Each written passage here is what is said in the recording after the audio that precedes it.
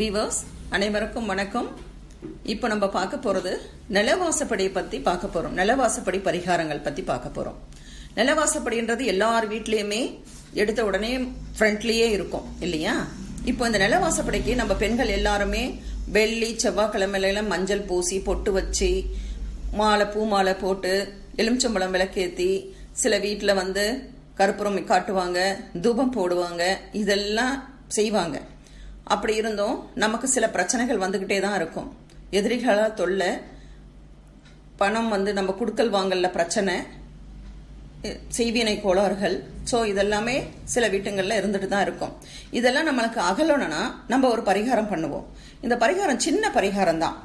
அர்த்தர், ஜவ்வாது, புணுகு, பச்சை கற்பூரம், மஞ்சத்தூள் இதெல்லாம் கலந்து நம்ம பிள்ளையார் பிடிப்பது போல ரெண்டு பக்கமும் வைக்கணும். வாசப்படியில் ரெண்டு பக்கமும் வைக்கணும். இதை தொடர்ந்து நீங்க ஒரு 9 வாரம் செஞ்சுக்கிட்டு வாங்க. உங்களுக்கு உள்ள பிரச்சனைகள் பனி போல நீங்கிடும்.